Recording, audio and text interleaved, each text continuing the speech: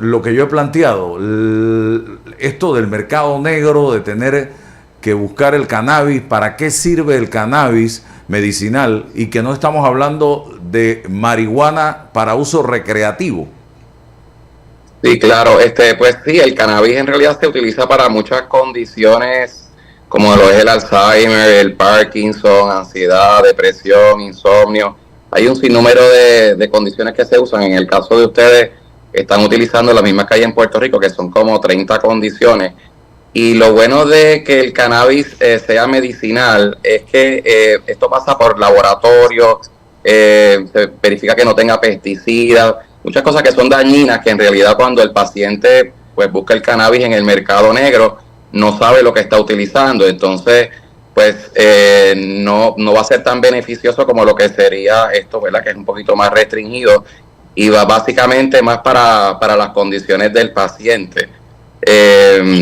O sea, casi todos los medicamentos que conocemos actualmente provienen de plantas, o sea que básicamente el problema con el cannabis es pues que ya hay un estigma social de hace mucho tiempo, ¿verdad? Que desde que nacimos nos lo crearon y ahora tenemos que batallar con eso para pues cambiar la mentalidad de la gente y que entienda que esto en realidad pues sí es beneficioso y causa muchos menos efectos secundarios que lo que causaría cualquier otro tipo de medicamento.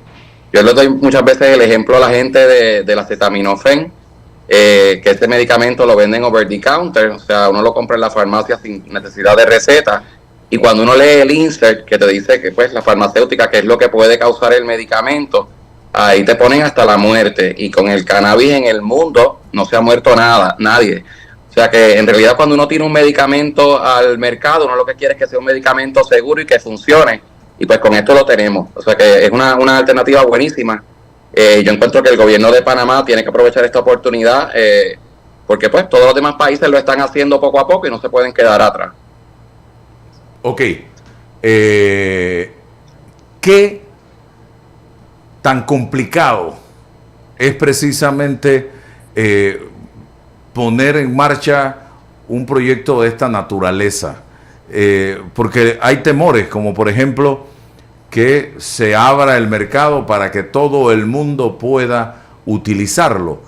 ¿Cómo o cuáles son, diríamos, los controles que se tienen en Puerto Rico en relación con este tema?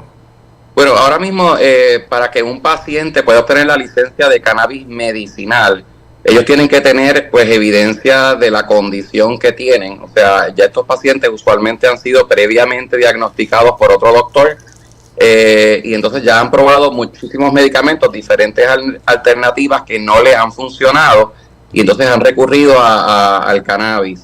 Pues básicamente tiene que tener una entrevista con un médico donde se vea pues que una relación bona fide médico-paciente, que salga la evidencia de que el paciente pues de hecho sí tiene una de las condiciones, pero básicamente para el cannabis medicinal, cualquier persona que tenga insomnio, que tenga ansiedad, depresión, diferentes Parkinson, Alzheimer, cualquiera de estas condiciones va a cualificar para la condición. Entonces ya luego que el paciente tiene esta recomendación médica, ellos van al dispensario y en el dispensario pues a base de la condición que tienen, ellos le dan las cepas que funcionan específicamente para esa condición, porque esas cepas ya están predeterminadas por los componentes que tienen.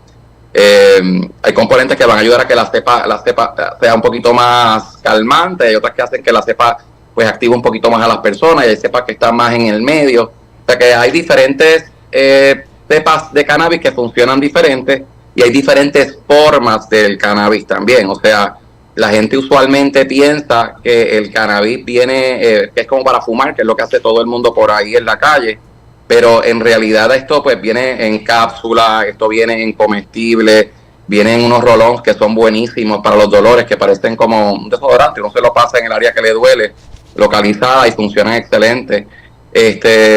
Vienen diferentes, muchísimas formas diferentes del cannabis, que no necesariamente es lo que todo el mundo está pensando por ahí, que es fumarlo. Inclusive el fumarlo, al menos en Puerto Rico, es ilegal porque ahí hay combustión y entonces eso sí afecta a los pulmones. Lo que se recomienda acá es la vaporización, donde lo que se hace es que se aumenta la temperatura del cannabis como en una hornillita o en un cartridge, y entonces esto lo que hace es que calienta el producto, pero no lo lleva al punto donde hay combustión. Entonces no se libera CO2 y ahí ya no es dañino. O sea que eso sí lo pueden utilizar. O sea que más bien se está tratando esto de una manera más beneficiosa para el paciente, no como lo haría cualquier persona por ahí en la calle.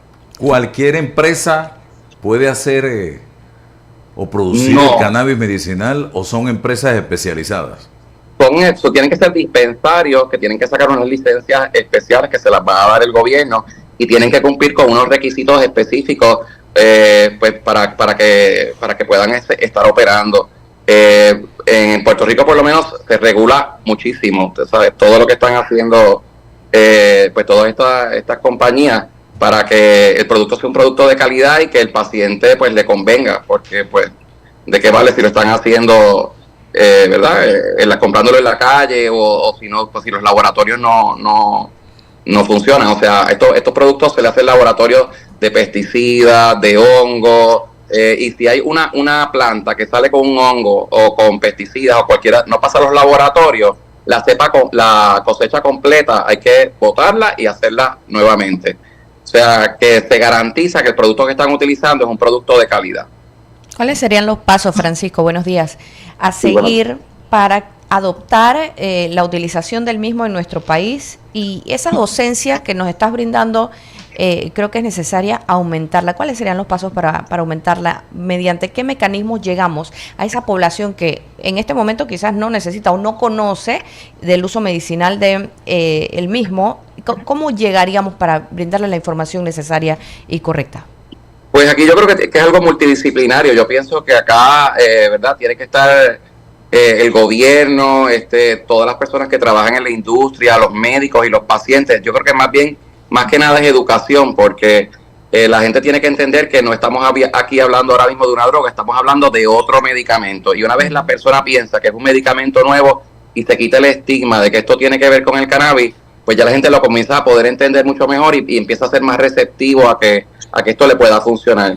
Yo pienso que es bien importante que el gobierno, médicos, pacientes y toda la gente que esté dentro de la industria entienda bien cómo funciona y hacer algo educativo, masivo, que la gente pues lo vaya entendiendo poco a poco. En el caso de nosotros, acá en Puerto Rico, cuando se comenzó, pues dije, era un problema porque, pues lo mismo que le hablo de ahora, el estigma, era bien difícil llegar a que la gente entendiera, principalmente con la gente mayor. Pero luego de que pasó el tiempo, lo que terminó pasando es que en lugar de venir tanta gente joven a buscar el cannabis, quienes más lo buscaban eran las personas de edad avanzada, porque eran las personas que en realidad pues tienen más dolores, tienen más ansiedad, tienen más problemas para dormir y que les funcionaba, ¿sabes? Les funcionaba de verdad.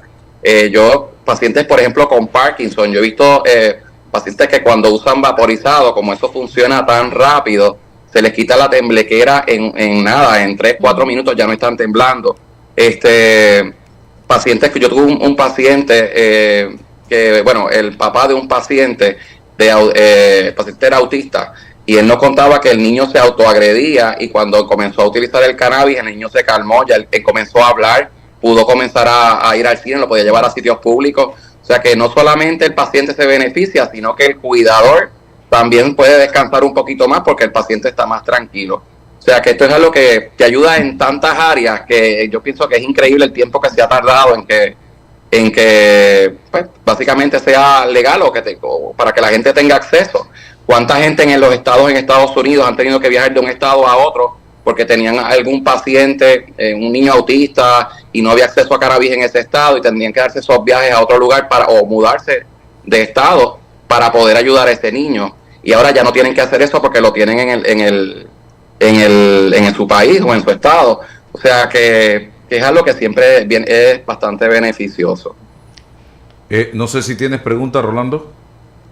No, yo sí he visto productos medicinales a base de cannabis en Estados Unidos. Incluso he comprado para justamente dolores. Le ayuda mucho también a las personas que sufren de reumatismo, sí, por el tema de los dolores, ¿no? Casualmente me decía un amigo el fin de semana que él lo utilizaba para temas reumáticos, pero que tenía que violar la ley, porque tenía que traerlo a través de terceras personas o con el mercado, claro, el mercado negro, pues. En efecto. Bueno, y entonces Yo sí creo que hay que darle a la población, a los pacientes, especialmente los que ha descrito el doctor, hay que darles la oportunidad de conocer los productos que se derivan de esto, pero sobre todo el Estado panameño, por ejemplo, en este caso, tiene que ser muy riguroso con todas las cosas que ha mencionado el doctor, pesticidas, que pasen las pruebas de laboratorio, ser riguroso en el tema de que si no pasa hay que destruir la cosecha, en fin, estas cosas que en Panamá, desgraciadamente, no es muy riguroso con estas cosas, pero dado que existen peligros inherentes al uso del producto contaminado, yo creo que es necesario fortalecer nuestras instituciones a fin de que estas cosas no lleguen a pasar. Pero sí creo que es importante que las personas se nutran de información para no tener ese rechazo inmediato a medicinas que vienen, porque igualmente el cannabis es otra planta, ¿no? No hay duda de eso. Así es que yo sí creo que hay que hacer lo posible para que esa información le llegue a los pacientes, sin que eso signifique un rechazo inmediato a medicamentos como estos. Me decía, estuve leyendo, y aquí lo tengo, que la planta de cannabis, la misma planta, tiene más de 500 compuestos químicos. Sin embargo, cuando hablamos de el CBD, es una sustancia que se extrae precisamente de la planta en mención, ¿cierto? Cierto, y el CBD más bien es antiinflamatorio, ayuda también con la epilepsia y ayuda con la ansiedad. Y ese tipo de medicamento, cuando no tiene THC, que es el otro componente que mayormente tiene la planta, pues no te da ningún efecto psicoactivo, o sea que básicamente te lo tomas y no sientes nada, es como cuando uno se toma un acetaminofén, pero te calma la ansiedad. Yo inclusive, en mi caso, yo lo utilizo durante el día, yo padezco de insomnio, y yo lo que hago es que utilizo el CBD durante el día porque me calma la ansiedad. Ya luego en la noche uso un vaporizado que me funciona bien rápido. El vaporizador hace efecto como en 5 minutos, pero el efecto se va rápido. Y me tomo también un comestible. El comestible se tarda más en hacer efecto, pero dura más tiempo el efecto. O sea que cuando comienza a bajar el efecto del vaporizado, comienza a subir el del comestible y duerme la noche completa. Yo usaba Ambien, usaba Solpidem, usaba Clonazepam y yo pude dejar todos esos medicamentos gracias a que pude cambiar a esto. Que entonces estoy evitando todo ese montón de efectos adversos que te dan cada uno de esos medicamentos y las interacciones que hacen entre ellos también, que entonces tienes unos efectos nuevos también ahí. Otra cosa para el uso de los opioides también, en el cannabis ha disminuido un montón el uso de opioides, se usa para eso. O sea que ayuda en innumerables cosas médicas que si ustedes tienen esta oportunidad, es una oportunidad excelente para el país. No solamente económica, sino porque también está ayudando muchísimo al país. Bueno, yo creo que hay que generar la conciencia en las autoridades para que metan el acelerador a un tema de esta naturaleza.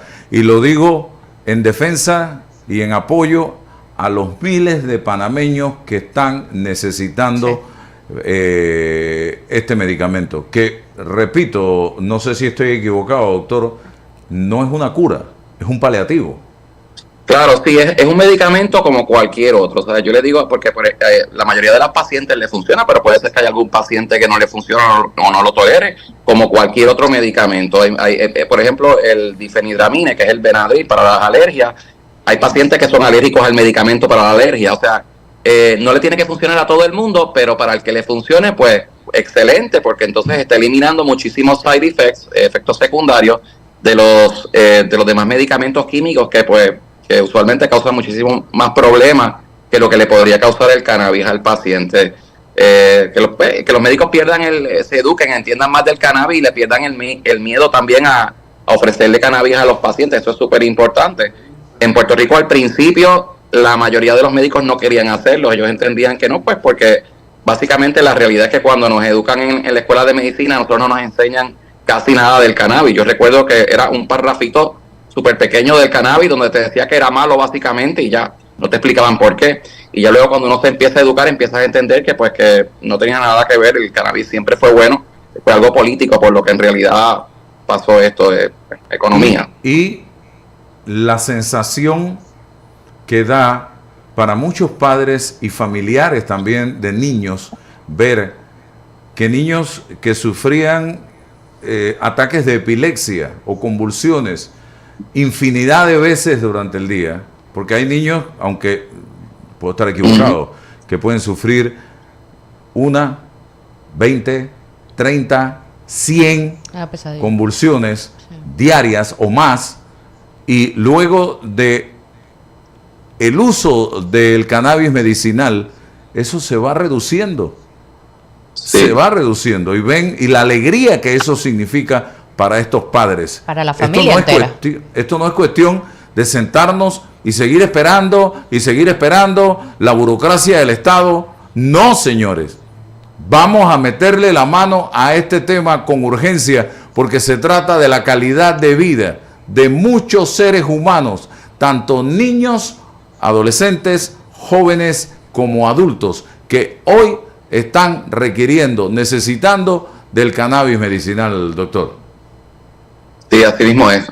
Sí. Mientras antes lo hagan mejor y le están dando acceso a mucha gente que ahora mismo le están negando un beneficio de algo que en realidad es súper seguro, que yo pienso que cuando una vez lo tengan se van a dejar muchísimos medicamentos, le va a generar dinero al país, el paciente se va a sentir bien, los médicos se van a sentir bien.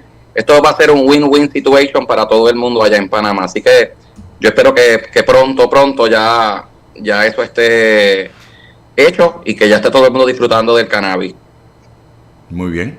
Gracias, doctor Francisco Cardona, por compartir con nosotros en la mañana de hoy, haciendo docencia un poco sobre este tema y tratando acá de motivar a las autoridades panameñas en materia de salud. Vamos al cambio comercial, regresamos. Gracias.